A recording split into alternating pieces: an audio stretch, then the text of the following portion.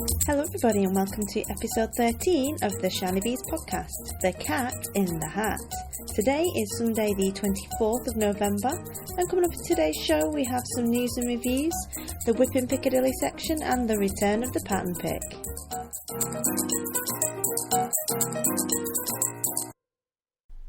Hello everybody and welcome back. A very warm welcome to any new listeners that we've got here today with us, and any returning listeners that have come back. It's always really nice to have you here with me. A special hello to anyone who has come over from, or rather been sent over from, the Yarns from the Playing podcast by Nick. It's also lovely that you're here with us as well. This episode is going to be a return to the usual format of the podcast. The last one was more of a on location, a bit of a giggle with Nick and Amy, and I hope you all enjoyed that, and mostly the wanton enabling that was going on at the time. It was a really good weekend actually. We really enjoyed it. I hope you're all well and have been since the last time I spoke to you all, and that your plans for any festive knitting, if you are doing any, I'm not going to say the C word, and I'm not talking about crochet, I'm talking about the other C word. But I hope your plans are progressing at the speed of 1,000 gazelles, and your needles are clicking or your hooks are hooking with great rapidment so that you can get all of your Christmas knitting and gifts ready. I don't think rapidment is even a word. What would be the word? I don't know. Fast. Anyway. Generic. Fastness. Speed. Almost went into Speed. I am Speed. I've obviously watched Cars too many times. Big up Lightning McQueen if you're listening. I'm sure you are, along with everyone else. Anyway, things at the Shiny residence have been quite busy recently. I was hoping to podcast on a more regular schedule since I returned to the UK and got all of the broadband. But apparently having all of the broadband is a big problem because you just waste all of your time using all of the broadband. But it's not even that I've been doing that much, to be fair. I've been very busy with the top secret project that I've alluded to a couple of times. It isn't really that secret anymore, and some of you probably already know about it. But I am currently in the midst of the planning and setting up of a yarny venture with the lovely Kate. She's always the lovely Kate. Her name isn't Lovely, obviously, she's just Kate, but the lovely Kate from Kate's Twirl blog and myself have gone into a partnership, and we are starting our yarn adventure very, very soon, and it is called the Golden Skein, and it's taken up a lot of time, a lot more time than you would think actually, but it's very good, it's very enjoyable, extremely exciting. But a lot of the time that I did want to devote to podcasting and developing that side of things has kind of gone by the wayside as I've got sucked in massively. I mean, me, sucked into a novel project. Who would have thought it? And we've been working extremely hard on getting that up and going. The idea for the Golden Skein came when we were in Africa, actually. And we used to go, every night we'd go for a world domination walk where we would plan world domination. And you can do that in Africa because it's always really sunny, really warm. There's all these mountains in the background, and we'd take the children out for a walk just to keep them quiet, really, at kind of mad hour. And mince around in the kind of 30-degree heat. And we'd just discuss plans for world domination generally. And this came up on, and disappointingly it wasn't even my idea, it was my husband's, but this plan came up and I started looking into it when I was there. And I wrote an email to Kate saying, what do you think of this plan? And I think it's a great plan. Do you want a business partner? And I said, yes, of course I do. And the rest is kind of history, really. So the concept of the Golden Skein I alluded to in one of the episodes. It was one of the very early ones. You have to forgive me which one it was. I can't remember which one it was. It might have been the C word, which I think was number 3. And we were talking about one of my friends had just been killed, and he'd flown his tornado into another tornado, and they died. And the thought was that there was all this stuff in your stash that you keep there, like these golden skeins that you don't want to use. You just take them out and pet them, and then put them back again. and I was encouraging everyone to liberate their golden skeins and use them and fulfil them. Well, that's where the idea for the name the Golden Skein came from, but the idea is you kind of liberate your golden skeins and find lots of new, nice other ones. So it's going to be a sort of a yarn tasting club, essentially, for the yarn connoisseur.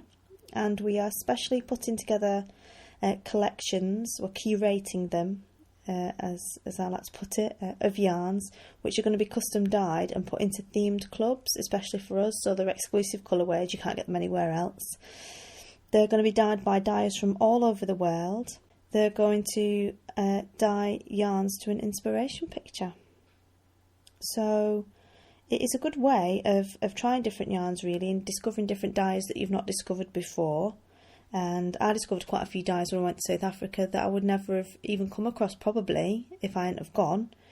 And I just thought that's quite an exciting idea, really. It's the clubs will be a convenient way for you to try different dyers and bases and, get your hands on exclusive colourways that you're not going to find elsewhere. So that, obviously, as you can imagine, quite apart from all the wanton yarn fondling and researching and looking into things, there's also the kind of non-glamorous stuff like tax. I'll leave that to Kate. Sorry, Kate, you're really good. I couldn't do it.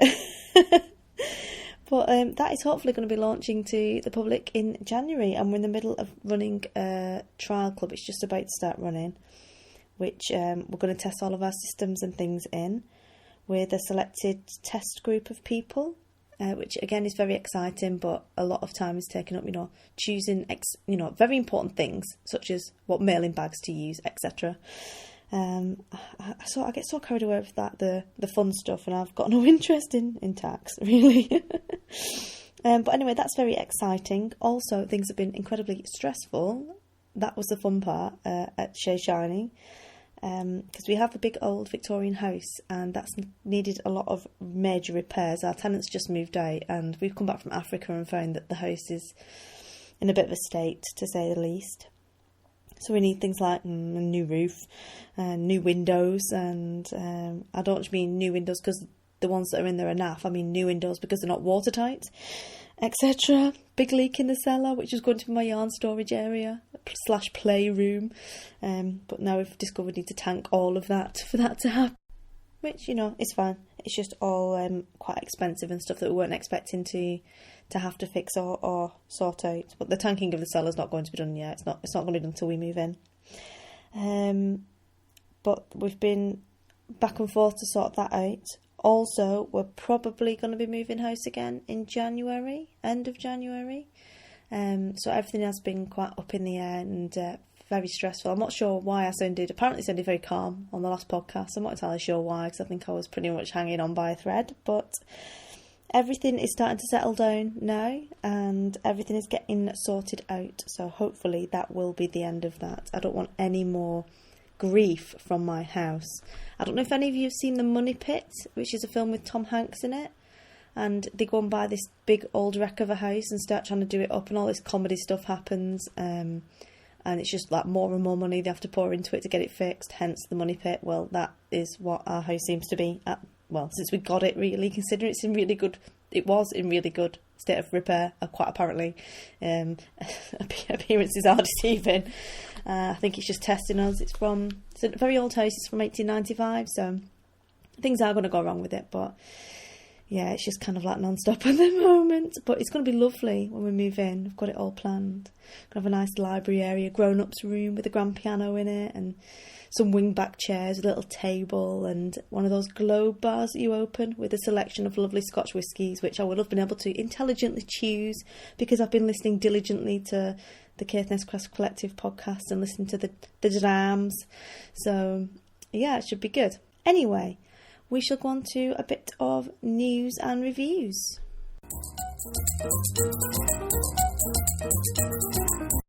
So news-wise, I am not sure how many of you have been around on Twitter and on Ravelry for the last couple of days, but there is going to be in February a pod retreat running, which is being organised by Nick from Yarns from the Plain podcast and Amy from Knitspin Geek. and it's going to be a spinning/knitting weekend in Chester. It's running on Thursday to Sunday, which is the 20th to the 23rd of February, and the accommodation costs were looking at around £140 if it was single occupancy, but less if people were going to share. Now, I understand all of the rooms are currently taken. However, some people have indicated that they would be happy to share. So if you fancy it, it may be possible to arrange for it to happen. There is a thread on the Yarns from the Plains group with the details, and you need to PM Nick and let her know.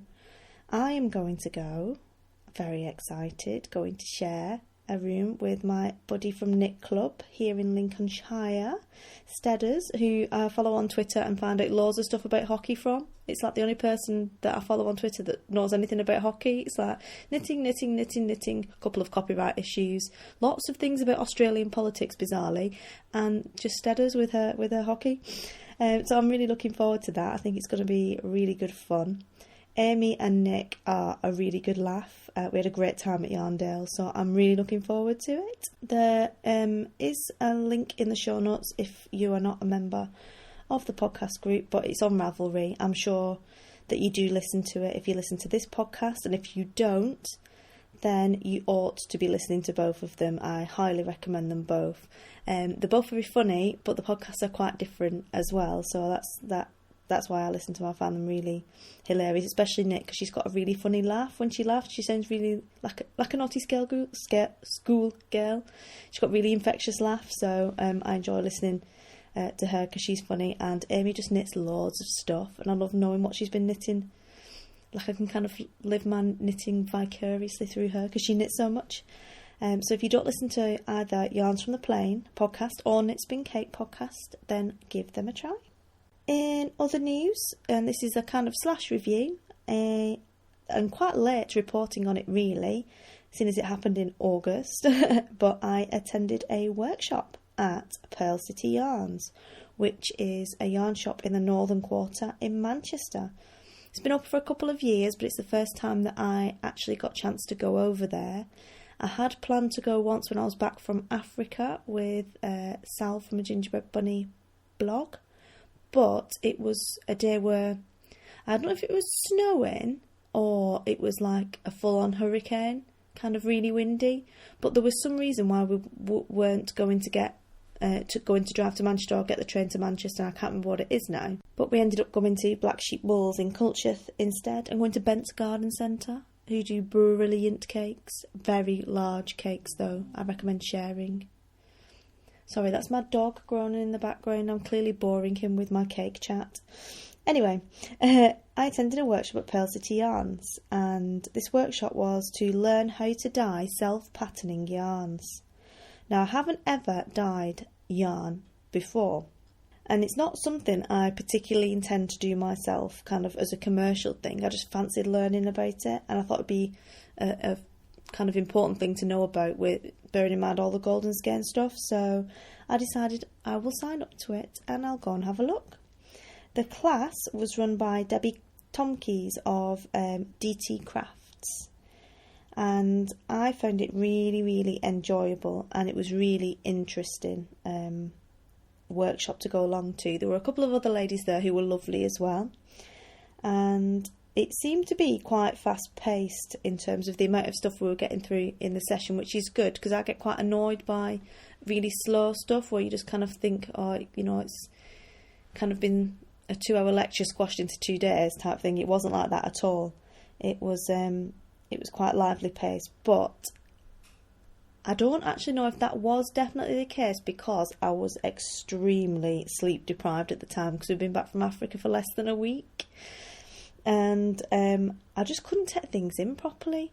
I felt like I'd been on the pop the night before, but obviously I hadn't and at all. I'd just been up with the baby.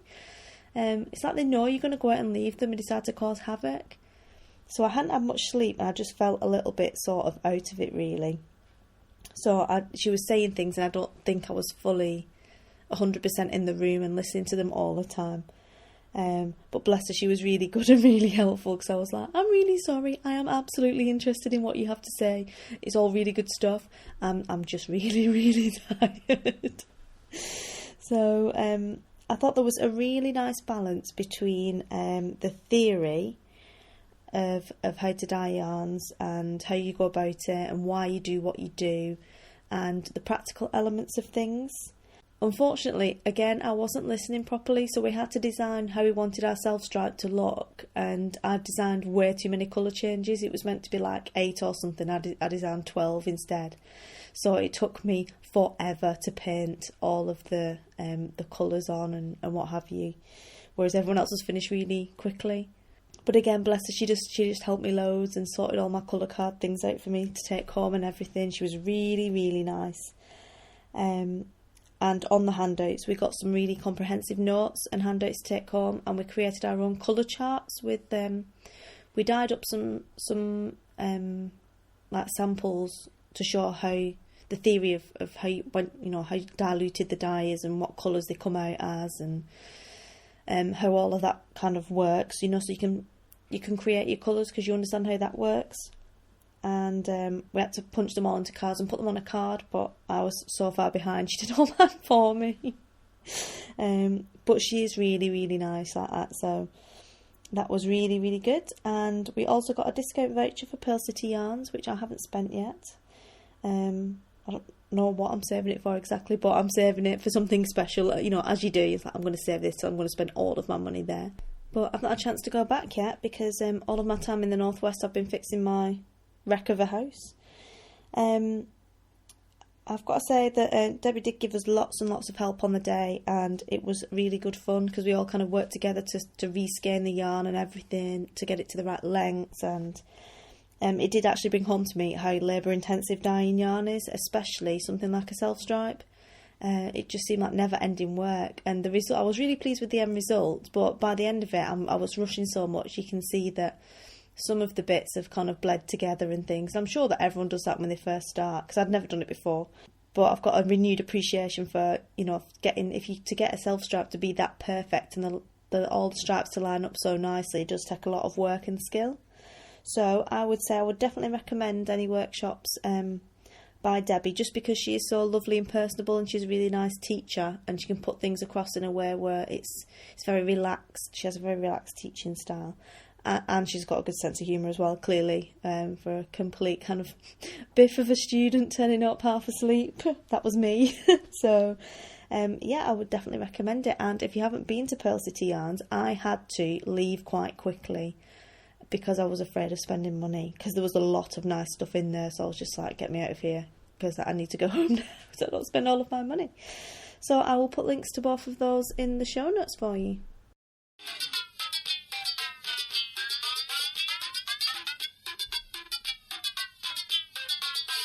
Well, seeing as we were pretty much in Piccadilly whilst I was in Purl City Yarns, I thought I'd smash straight into the Wippin Piccadilly section after that.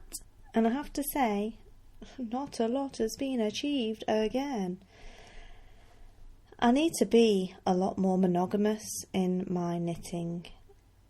I need to be a lot more focused on finishing objects, and I need to be a lot more disciplined in working on one thing, finishing it, and then moving on to the next. People who have known me for a long time will know that this is a problem for me because I get so distracted by new and shiny and just forget conveniently about the stuff that needs to be done, especially if it's nearly finished. What's the point? When it's nearly finished, you may as well just finish it. But I don't. I'm such a 90%er. So anyway, on the needles still is the Shinybees Angel, which is the Guardian Angel patterned by Sally Cameron, aka Pink Hair Girl, a lovely, lovely South African lady. As you will remember, I am knitting it in Nurturing Fibres Merino Lace Singles in the colourway Escape, which is a kind of tealy, minty, graphite coloured and a silver sort of four-way variegated yarn, and then the contrast is the silver, just a plain silver for the cable which runs along this shawl. They are exclusive colourways which are only available from Natural Yarns, which is an online South African, naturally, web shop, which is www.naturalyarns.co.za.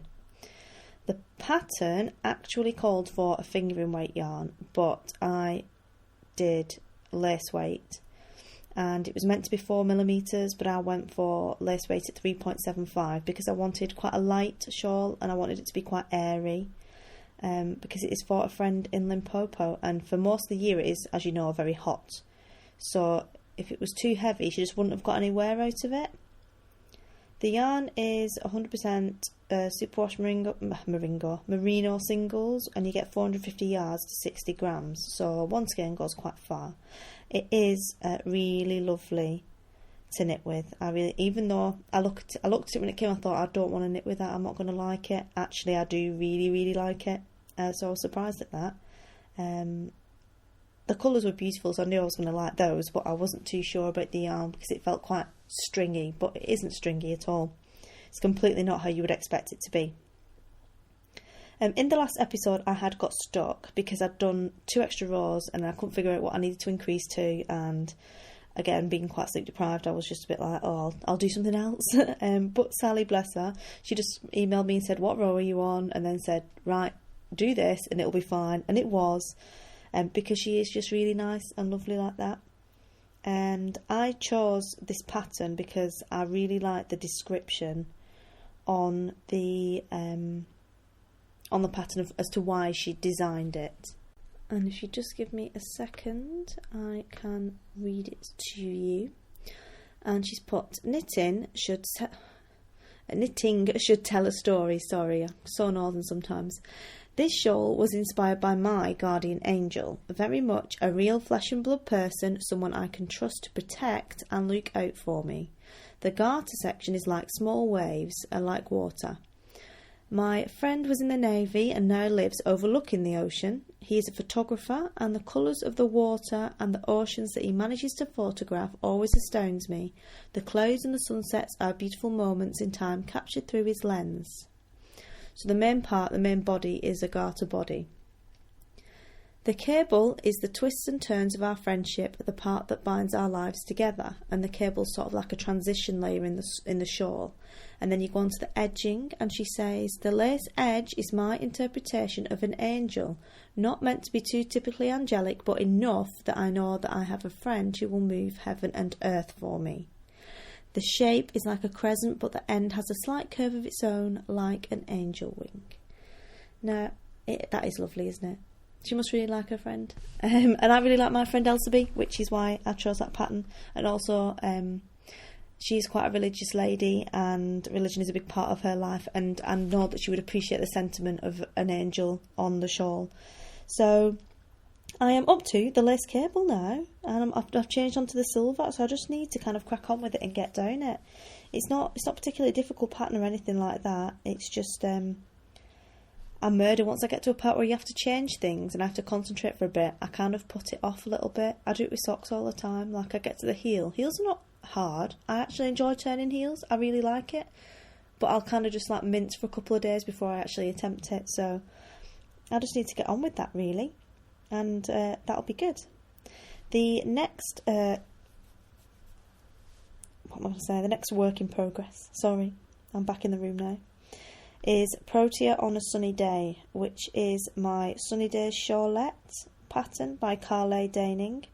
She is the lady that dyes the Nurturing Fibres yarn, and she does her own patterns as well. I started this because I wanted a kind of memento shawl to wear that would remind me of South Africa, because I was feeling quite sad about having to leave, and it was when I got back that I started it, and I just wanted something really cheery to cheer me up, because I miss Africa every day. I really do. So it is a triangular shawlette knitted in a fingering weight yarn on 4mm needles. It is a stocking stitch body, and then there are some very simple kind of, it's not ruffles as such, but there's kind of textured detail that can either be the same colour or you can do it in a contrast colour. I am knitting this in Nurturing Fibres Super Twist Sock in the colourway King Protea, hence where the name comes from. The Protea obviously being, I think it is like the national flower of South Africa. The cricket team are called the Proteas, and the Protea flower is extremely pretty. It's just like, it doesn't even look like a flower, it looks like something from Mars. It's just amazing. So I thought this would be a nice way to remember being there. And the King Protea colourway is exclusive to Natural Yarns, and that's the same shop that I mentioned for LCB's Angel. Sorry, my dog's just whining at something. I'm not sure what he wants. First I'm boring him and now he's whining. The colourway, is a variegated colourway, and it is in a red, a hot pink, a kind of tangerine-y, satsuma-y orange, and a yellow. And it's going quite well. I'm quite enjoying it. It is really, really bright and it's very pretty. This is my knit club project because it doesn't require a lot of concentration. I'm just building the kind of main body of the shawl at the moment, and it's just the same roll back and forth. So I take that there so I don't cock it up when I'm chatting too much. And I'm enjoying how the colours are coming out. It's going to be really pretty when it's finished, I think, and it's going to be a nice memento. Sorry for the little break there. I thought it might be pertinent to let my little doggy out in the garden. I wasn't sure exactly what he was after, so just kicked him out the back. On to the next project then is the Cranford mitts that I started as the project for the P-Hop knit along, the P-Hop Cal. It is a P-Hop pennies per hour of pleasure pattern by Jane Lithgow. This is being knit in Jelly Bean Yarn Stardust in the red Dragon's Blood colourway, which is a really nice deep shade of red with lovely silver sparkles in it. And I finished the first mitt and I need to cast on the second one. It's really pretty. I really like how it's turned out, but I'm kind of walking around like Michael Jackson with one glove on at the moment. And HBM saw it and said, I want some. Mummy, you're going to knit my hand, Mummy? So I had to then break off what I was doing and knit some for her because she needed some, and apparently Daddy needs some too, but I've managed to convince her that no, I need to finish these other ones first before Daddy gets any. I don't think he even really would rock the fingerless mitt look necessarily. But yeah, she basically bossed me into doing something else. So I'm going to cast on the other one of that, like the longest project ever for a pair of Cranford mitts, because they're not. It's not hard pattern or anything at all. They're not even particularly big.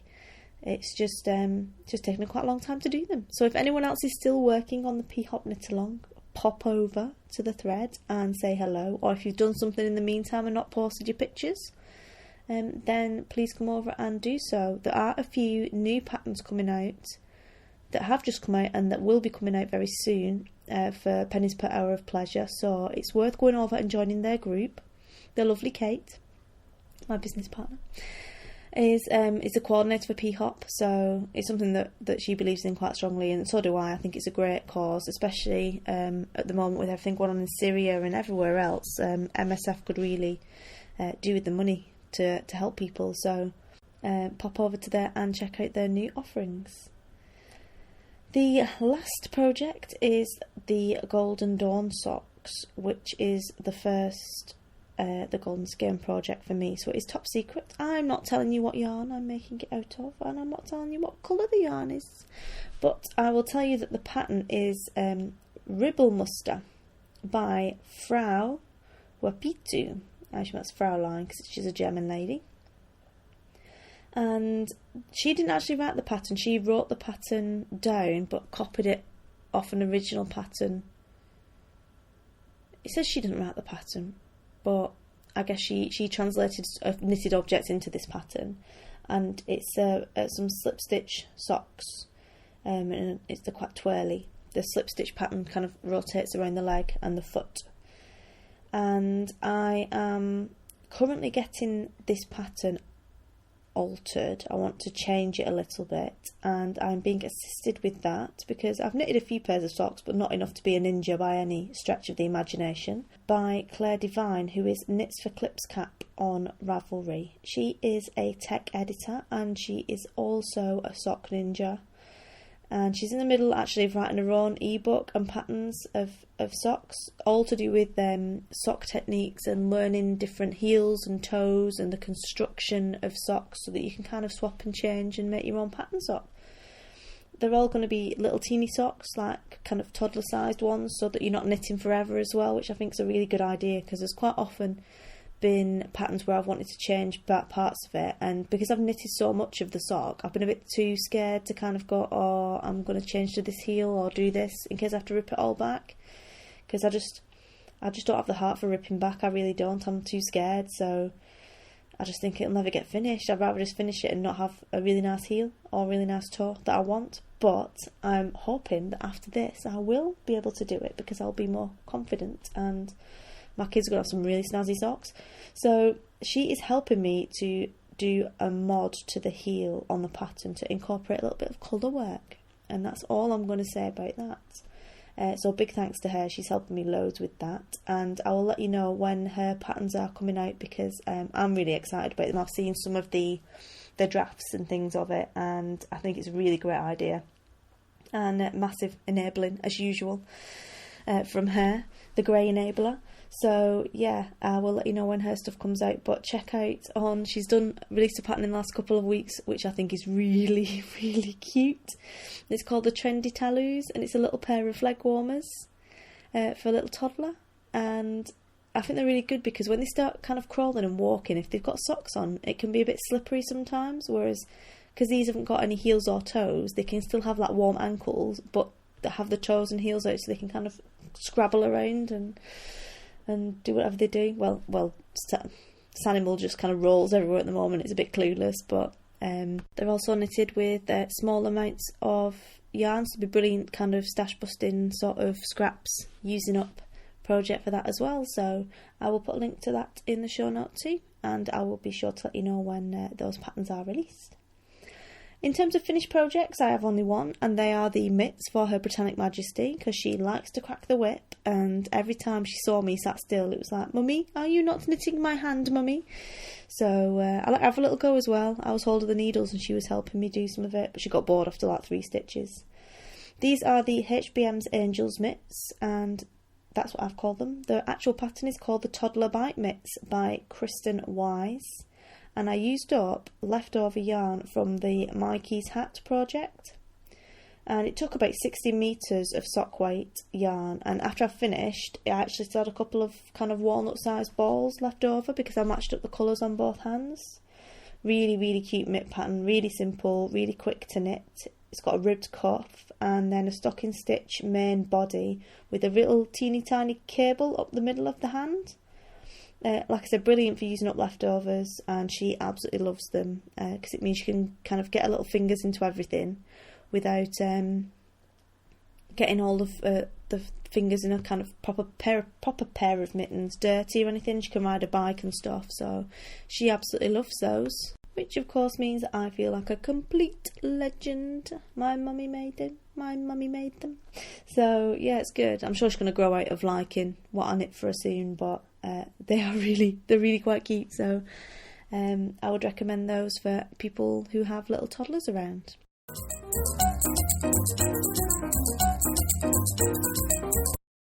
So on to the famous pattern pick. And for this episode, the pattern pick is on the theme of the turkey. We are rapidly approaching Christmas here in the UK, and I am aware that Thanksgiving is next week in the US of A on the 28th. So I decided that turkey would be a good theme. Now, the idea originally came from a Facebook advert, and I've been getting some really strange Facebook adverts appearing down the side of my kind of timeline and what have you. Mostly they've been ones for lose 15 stone in about 30 seconds, which, fair one. I guess I am still a little bit chubby after having a baby. Or, weirdly, surrogacy/egg donation, neither of which are subjects that I Google or talk about on Facebook, so I have no idea where they've got this idea that I would be interested in either of those. But they seem to, along with Match.com. I'm married. really. I know we've been married for nearly 5 years, but I'm not really looking for anyone else yet. Or at all. One husband is enough hard work. Thank you. And this particular pattern came up in an advert on Facebook, but I was also sent a picture of this particular thing by Claire, Divine Knits for Clips Cap, as she saw it and thought of me and the pattern pic. So at this point I will say, feel free, if you see any strange patterns that you think I would love, chances are I will, if they are comedy, please send them to me, because I absolutely love being sent patterns of a curious nature. So without further ado, we'll go on to number 1, the hat in question, which is the sexy turkey hat. Yes, I said that all in one sentence. Sexy turkey hat, which is a knitting pattern by Angela Caterina of Caterina Bonnet Designs. It is a pattern for a rather spectacular turkey hat, and it is $1.50. You can download it from Ravelry. It is a very impressive hat because it is a full-on knitted turkey, very detailed, lots of work involved, copious amounts of eyelash yarn and other novelty yarns included in this project. There are 5 of them that have been made on Ravelry if you would care to take a look at other people's offerings. The feedback on the actual pattern writing is that it isn't very good, unfortunately, and that the hat is very heavy to wear. But the designer seems to have had a lot of fun with this pattern and with the photos in particular on the project page, so go and check those out.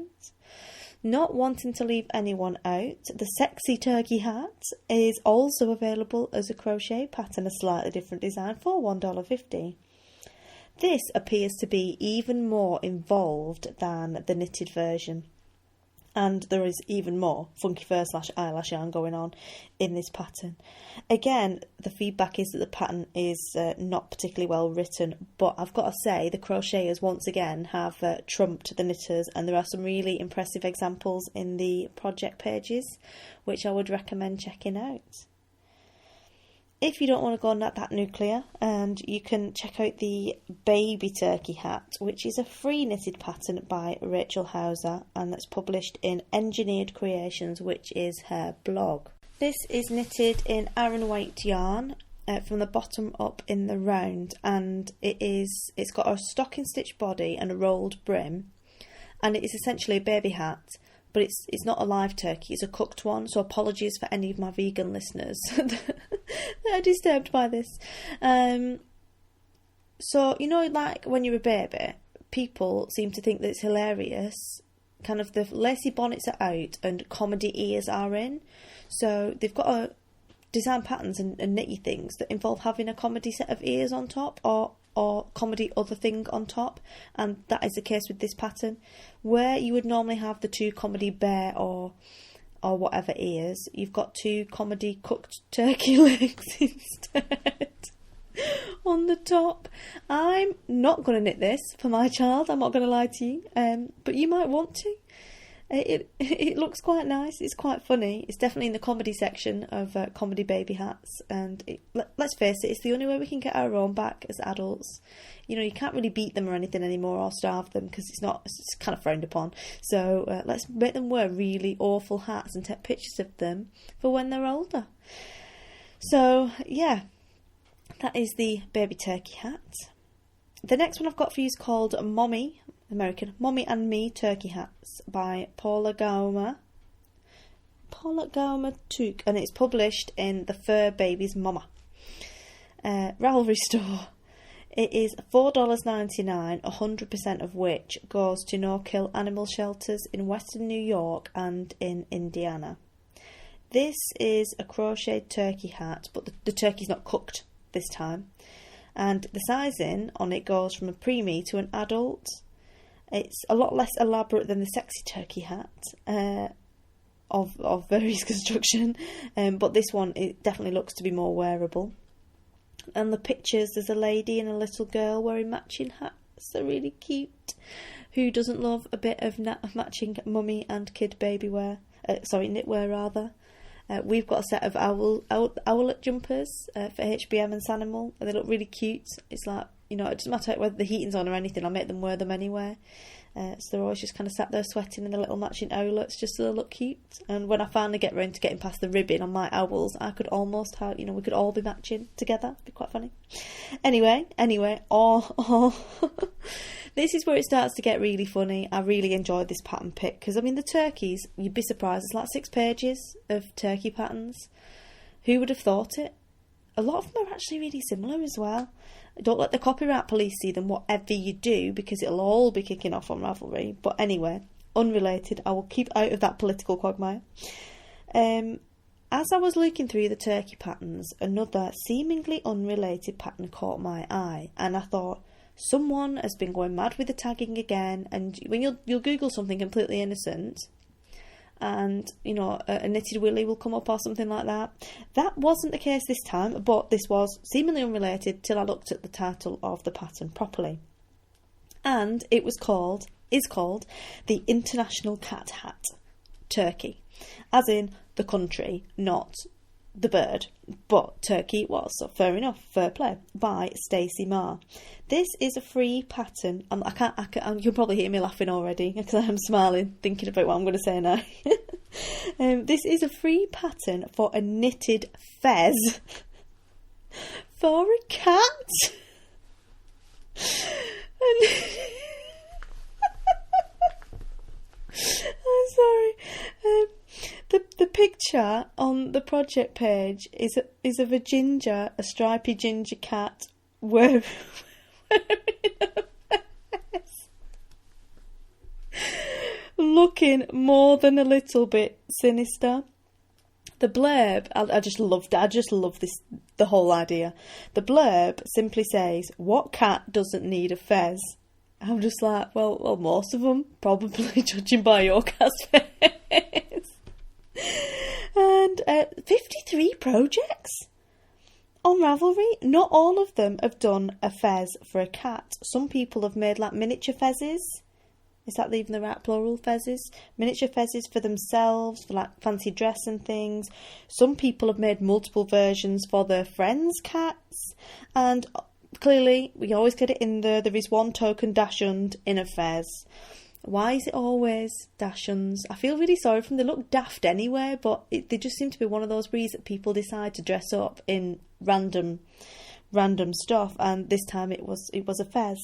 Now, this was awesome enough by itself. I got a lot of value out of this. I'm still laughing at it now. But then I realised that wasn't the only cat hat pattern that she's done. She's done a little Santa hat, which should be, you know, for next month. That'll be amazing. She's done a little cowboy hat. She's done a balaclava. A balaclava for a cat. I'm sorry, but when you see the picture, you'll see what I mean. It's got ear holes so that the ears can stick out. But then it's got like a one big eye hole. And this cat's face is just squashed into the eye hole. I can't believe I've got this balaclava on. The face hole is just amazing. It's so funny, so funny. But my number one favourite hat that she's done is called "My Pimp Paw is Strong," which is a purple crocheted pimp hat, complete with a zebra print band and a white feather.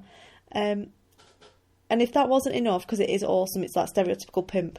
But she's also got on some crocheted bling.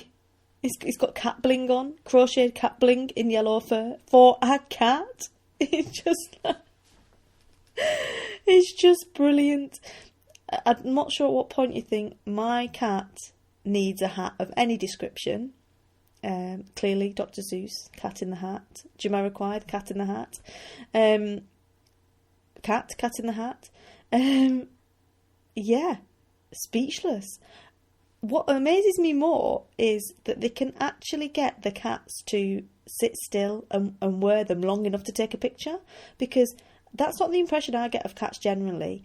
Cats tend to take themselves extremely seriously, which is why you get lots of comedy dogs in in sweaters because they just stand there going, oh, I'll sit still for you, I love you. Whereas cats are a bit more, really, I look ridiculous, are you joking? Fetch my dinner, peasant. Which is why I don't have a cat, apart from being allergic. And I have no idea they've got them to sit still for that long. It's amazing, but really, really comedy pictures to be seen on that. So in the event that you need a fez, a balaclava, or indeed a pimp hat for your cat, or indeed anyone else, check those ones out. The final one I have for you, I don't know how I'm going to follow that, so but it's here anyway, I've picked it, is the Christmas Turkey Jumper / Sweater Knitting Pattern by Blonde Moments. It's available on Ravelry and it is £2. It's a pattern for a comedy Christmas jumper. It is a colourwork turkey. Everybody needs one minging Christmas novelty jumper in their lives, and this could be the one for you if you have a gap in your wardrobe for such an item. So that's the pattern pick for today. Hope you've enjoyed it as much as I have. No cats were harmed in the making of this pattern pick.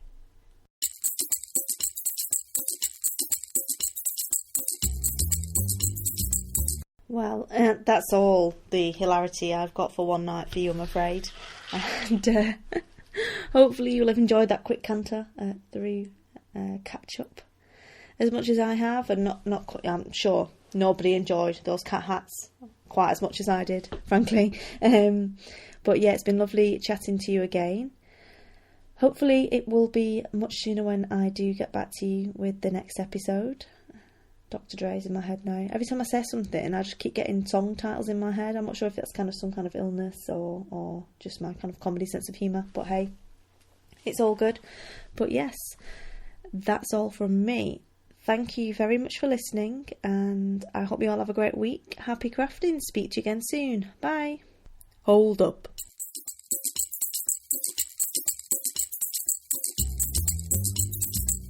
You've been listening to the Shinybees podcast. Show notes for this episode can be found on the blog at www.shinybees.com. You can email me at joe@shinybees.com. I'm Shinybees on Ravelry and Shinybees on Twitter. Thanks for listening.